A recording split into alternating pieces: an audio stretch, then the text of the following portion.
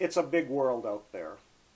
If you wanted to see it all, you'd be spending a lot of time in airplanes and you'd be racking up a lot of frequent flyer miles.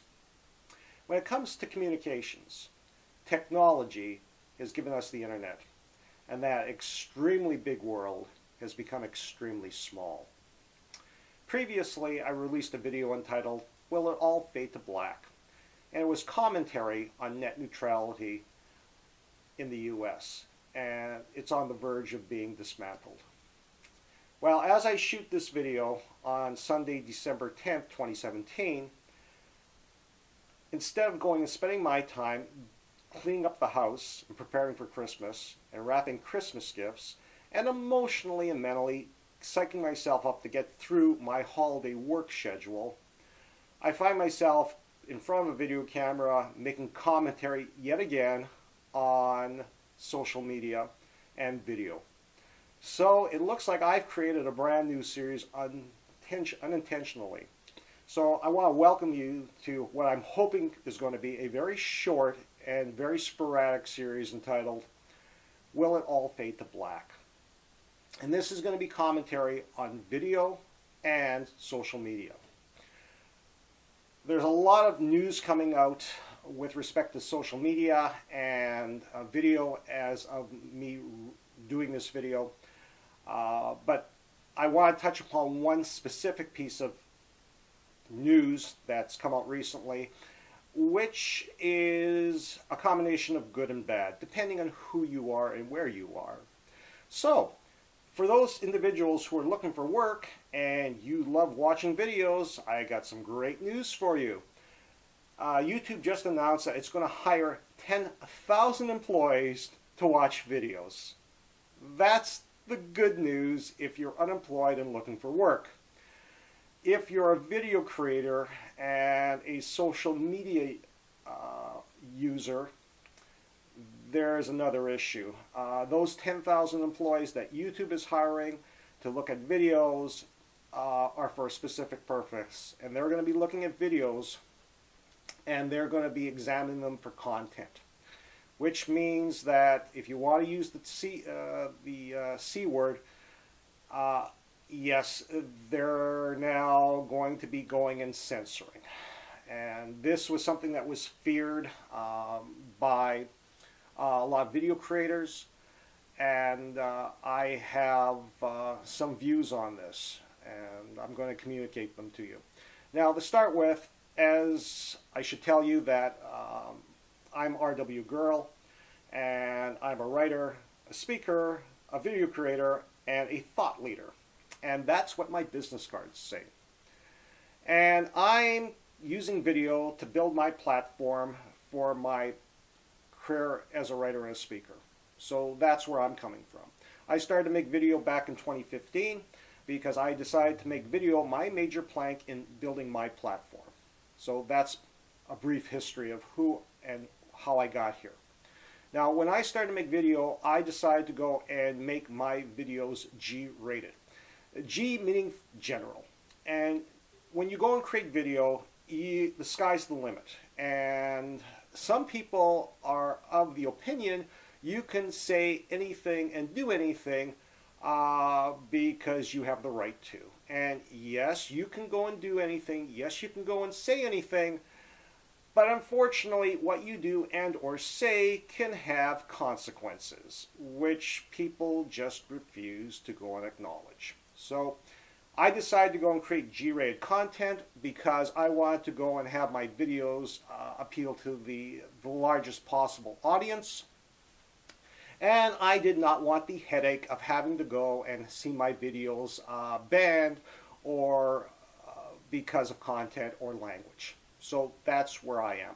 So for all of you video creators that are creating content that would be G-rated. So in other words, you're going and doing videos on how to bake cakes, or you're doing videos on restaurant reviews, or you're doing videos on how to make videos where you're not using any obscene languages, you're not using any language that would imply either libel or slander towards a business or to individuals, and you're not dealing with controversial topics, then YouTube hiring 10,000 people look at videos, you're probably not going to have to worry. So it's great for you.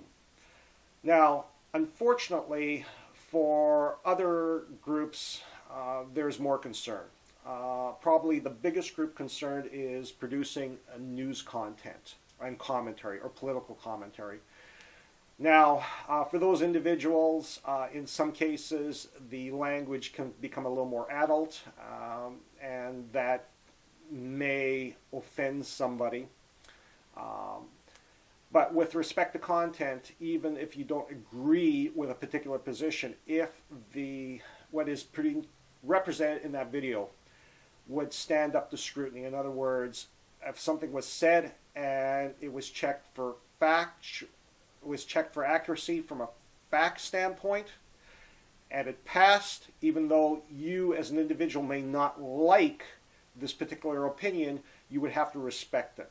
So for those individuals, yes, their videos are probably going to be scrutinized, but if obviously the video creator can go and justify any questioning with respect to content, in other words, you know, I made this statement and it was based on statistical analysis, and it was based on government data, and it was based on research reports, and you provided all of this where you could justify making that statement, then you're going to be okay as well. You're going to have to spend more time going and justifying what you did, which is going to be time consuming and costly, and so I do feel for you, but you're going to be okay. The group that's going to be negatively impacted on all of this is anybody who's shooting video, creating video, and they are saying anything and everything, and from a fact standpoint, when it's checked for accuracy, it falls apart. In other words, now we're talking about just somebody giving their personal opinion and making comments that are derogatory to either a business or to individuals. And this group is going to have to be really concerned moving forward, because when you go and create video, and initially when YouTube was started up, their slogan was broadcast yourself. Well, if you take that to the next logical step where you were able to buy a television station, or you were able to buy a cable network or channel, you would be held to specific standards with respect to broadcasting. In other words, content has to be factual. It cannot be, you have to allow for a diversity of opinion.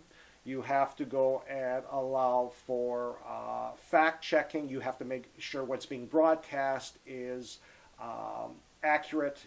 It cannot be libel or slanderous. And so when I started, I made the decision to not only make G-rated content, but I also made the decision to go and censor myself.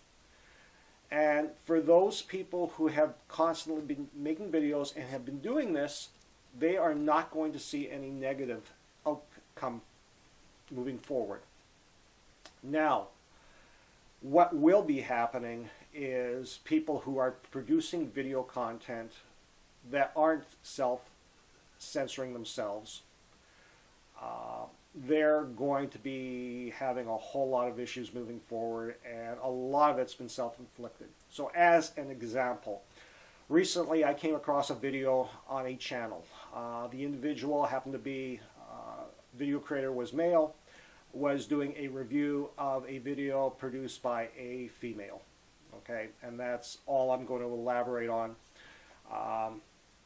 Video starts out like something along like this. Makes the admission that has not watched the video that's currently being reviewed. Okay, so first time and making commentary. Starts by making commentary on the physical appearance of the female in the video. And it's negative in opinion. female makes a number of statements. Basically, video is started and stopped, and commentary is added in. Basically, it's negative, dismisses what is said because the woman in the video is young, is dismissed because she is a woman. Early into the video makes a statement that would not have sex with this female. Midway through, roughly, I guess, makes the statement, yes, would have sex with this female, but would go and choke her until she passed out.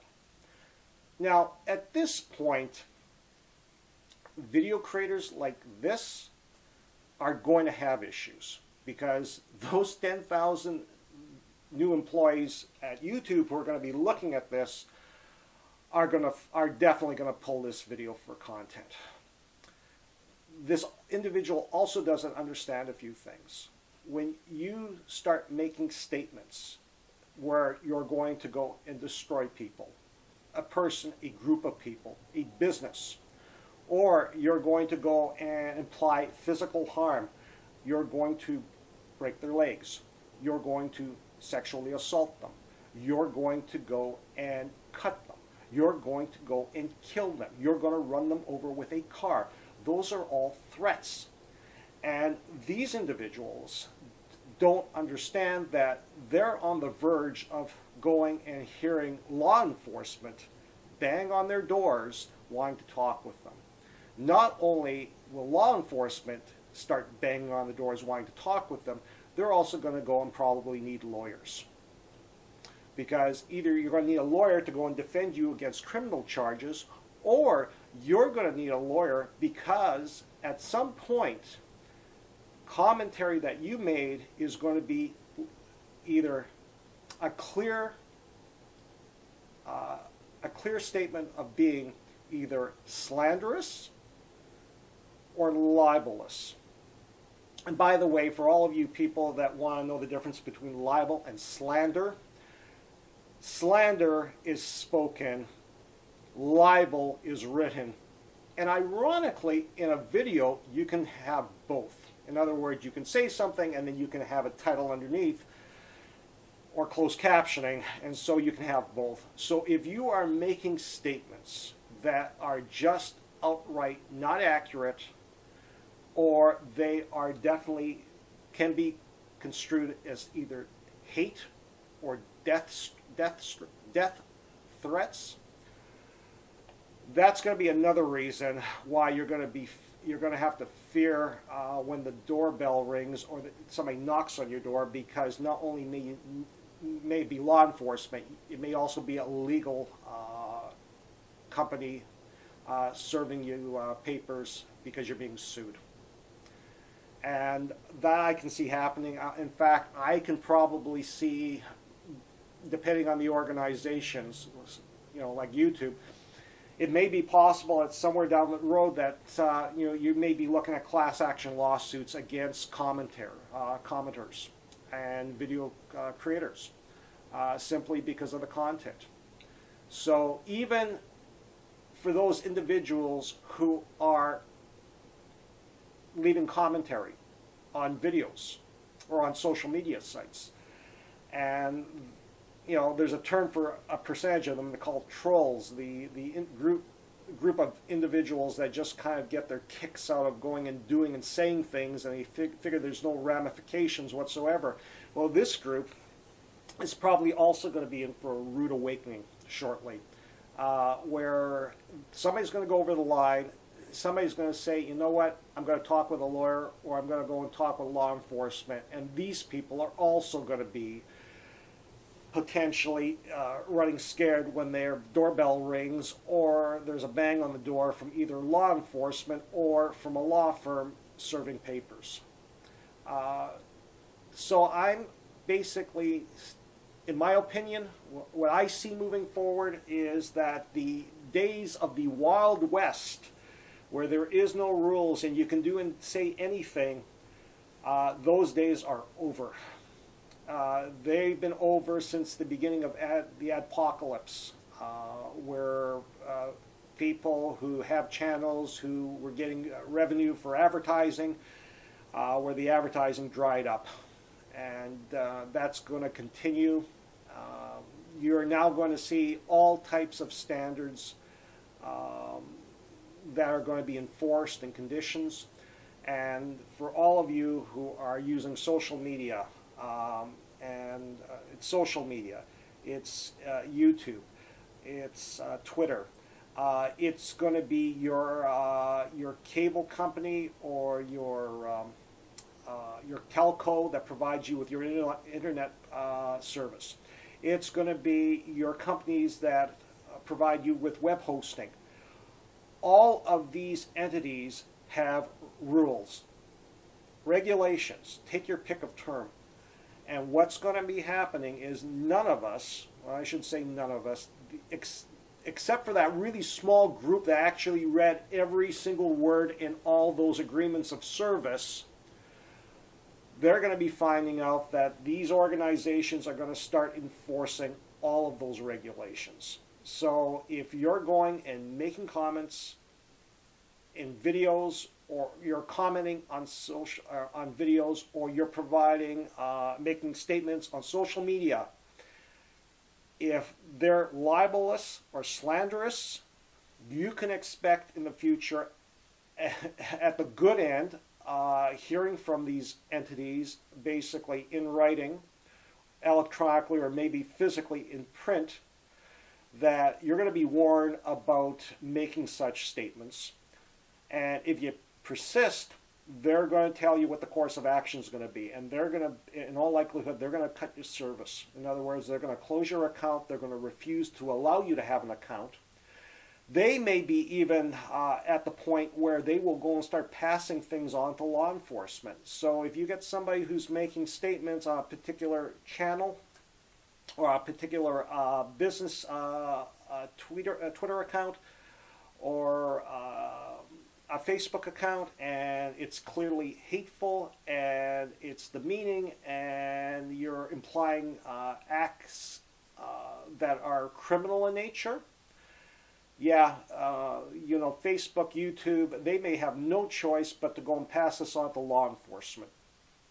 So I will tell you right now, for all of you people producing videos, and they're G-rated, and even if they're not G-rated, if you are a responsible video producer, where you check your content for accuracy, you go and make sure that you censor yourself to make sure that you're not making statements that would cause you issues with libel and slander, or with the platform, or with law enforcement. You're going to be okay. For everyone else who says, I can do and say anything because I'm an adult, or it's a free country, or you're going and, you know, saying, I'm going to invoke an amendment or a constitutional provision, you are on very shaking ground. And for you, I would seriously go and step back, take a hard look at what you've written, what you've posted, what you've produced.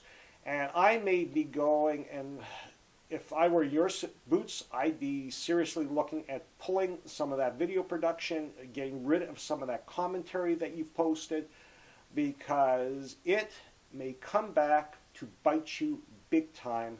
And we're not talking 20 years down the road. We may be seeing this as early as the beginning of January 2018. So the question is, you can either go and be responsible when you use social media. You can be responsible when you go and upload videos. You can be responsible when you go and create content and you check for accuracy.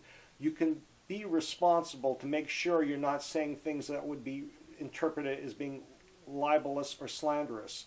Because if you don't, you could go and see everything go and fade to